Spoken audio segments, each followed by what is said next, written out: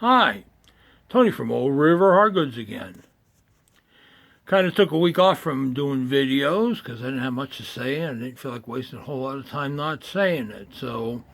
But this week's video is going to talk about the prep for the upcoming PATINA Tool Show down in Damascus, Maryland this weekend.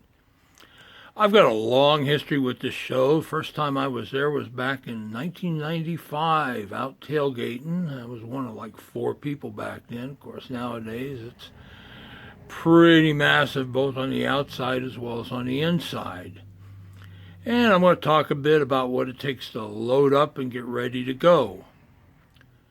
Picture on the left here is from 2001, and look at all those tools I was dragging around back then. Kind of wish I had that load right now, but I ain't been finding stuff like I used to. Picture on the right was from 2012, and the last time I was down there was in 2019. And of course, COVID hit and messed things up, and they had to cancel the show a few times, and then they changed the date on it a few times. But now that we're back to the regular weekend, I'm hoping for a good time. So take a look at some of the stuff I'm going to be packing along, and on with the show. Well, the first part of packing, of course, is deciding what to take. And here we got a tote full of $10 tools. A lot of just miscellaneous stuff. Inside calipers, outside calipers, some woodworking tools, some rules, a couple small planes, a hammer or two, wrench or two, and stuff I've acquired along the way, and it's time to hopefully find a new home for. But we shall see. And this is the start of the $5 box. Lots and lots of screwdriver bits, a few countersink bits. I got a ton of this stuff, and I try to buy them to make sets of them, but boy, it's been difficult. Usually you find 7 or 15 of the same freaking size or different makers, and well, I'm just going to put them out and see what happens.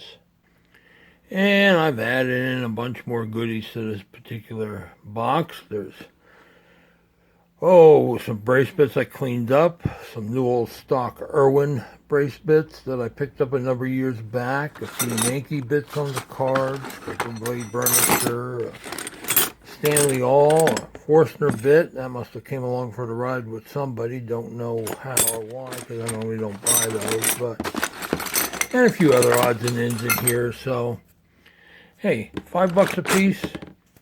Somebody was going to have a field day. And I'm out here in the truck, got a flat full of the old unplated slotted screws. These will be going out at $5 a box. Guys buy these for restoration work, so hopefully I won't have any problems selling them, and sure don't want to have to bring them back and keep them in the truck for another 6 months. And I'm not just taking a bunch of cheap stuff, I'm going to take some of the better pieces as well. This Carpenter double wedge joiner or 4-plane. Surprise still is here, but maybe we can move it at the show. This beautiful hand-forged pipe auger. I mean, this thing is a little funky on the inside, but the back is good on it. And just because of the size and weight, its shipping has become extremely expensive on it, but hopefully someone will have an interest in it. This neat metric caliper, so I haven't figured out what it was for, and a couple of longer typesetter rules that, I'll have them priced fair, because shipping on them, again, the size just makes them crazy out of price. I'll also be packing in a few hand saws. I got some good ones, a couple of new old stock Tyzac Turner ones, got a nice distant D23, maybe I'll pull a few others out of the pile. Not too many of them, I don't sell too many saws down there, but once in a while. And last I'll be loading up, or one of the last things, is this Kirby Patent 1875 bung auger. I can't find anything on this particular one, but this gentleman does have a number of patents dealing with the manufactured bung augers. The handle on this one's cracked and has a repair, and I really haven't nuts with it much since I got it. It's just been sitting out there on the bench and had to take a bunch of dust off of it, but, well, maybe somebody would be interested in it. You never know when you go to a tool show.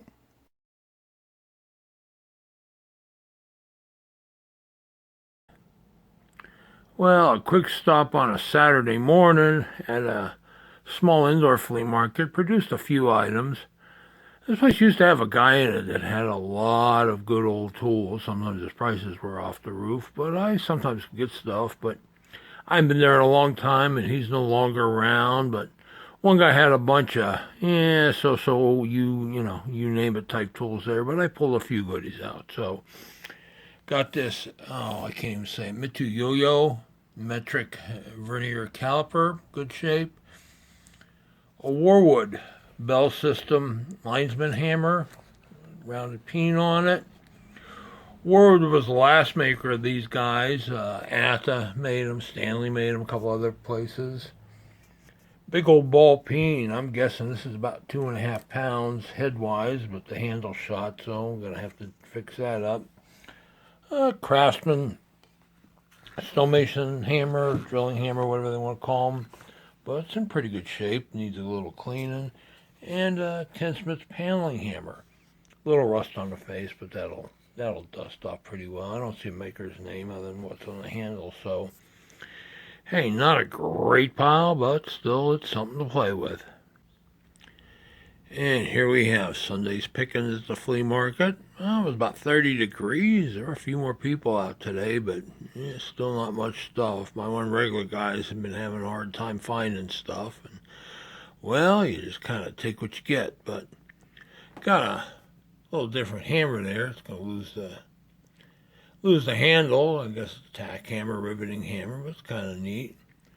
This one's stone brick mason's hammer. Might be a joiner's hammer, but obviously it's seen some cement work. This is a early Miller Falls push screwdriver. Handles might have a rosewood handle on. Hard to tell under the crud there, but we'll see what it cleans up. It's marked patent pending. A blacksmith cross peen hammer that with a face that only a mother could love, but looks to be forged. 2 pounds, I'm guessing. A Littleton, number 100 bench vise. That'll clean up without too much effort. I don't do too many of those, but once in a while you find them, and that one's not too much of a headache to ship. And a couple of smalls. Neat little plated plumb bob. And not too many people recognize what this is. Get up here so we can see it better. But that's a Champion spark plug adjuster. Engage. What's a spark plug, you're asking? Yeah, I know. If you're old like me, you know what it's for. So, but kind of neat, kind of a collectible. And, another small pile to keep me busy for a day. Well, Wednesday at the flea market, it was 32 degrees with a wind chill down to about 17. Let me tell you, it was cold. And there weren't many vendors out, but produced a few goodies. Got a clone of the Stanley 55 hollow face spoke shade. The body's die cast, so it's definitely not a Stanley. Pretty rough 151. Don't know if I'm going to be able to salvage that one or not, but price was right on it. Number 3 plain iron and cap. Probably Stanley, but can't see it until I do the necessary cleaning on it. This is a blacksmith or farrier's offset tool for doing horseshoes, putting the grooves in horseshoes. An 18th century divider. Well, that was not too bad. A German sewing machine needle straightening pliers. We got a pair of Boker, Germany jewelers flat jaw pliers. Hand forged chisel of some sort. Pretty well patinaed, but it's definitely an old dog. William Beatty. I guess it's a 1-inch mortising chisel. It's kind of pitted, kind of rough, but there's still about 3 inches of steel on the back, so it's got some life left into it. A hand-forged farrier's clenching anvil, or cinching anvil, however you want to call it. Getting some pitting and patina. But then putting horseshoes on ain't exactly an indoor sport. Stanley number 82 cabinet scraper. It needs some cleaning, but it's not too bad. And the neatest find of the day was this pair of pliers, which is a Burley, Haebrli patent. November 1907, combination pliers and hammer tool.